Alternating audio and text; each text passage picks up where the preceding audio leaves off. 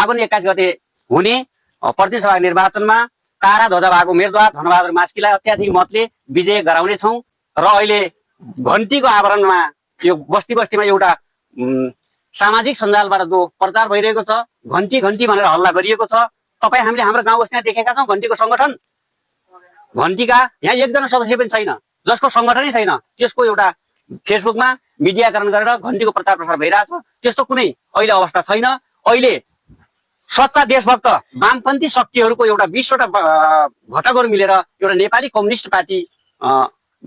निर्माण भएको छ र त्यसको अहिले देशैभरि एउटा लहर हामीले सबैले बुझिरहेका छौँ सुनिरहेका छौँ त्यो प्रति आकर्षण जनताको बढिरहेको छ र दिनौदिन हाम्रो पार्टी ठुलो हुँदै गइरहेको छ त्यसकारणले गर्दा पनि एउटा आँट हिम्मत र साहसका साथ हामीहरूले आगामी निर्वाचनमा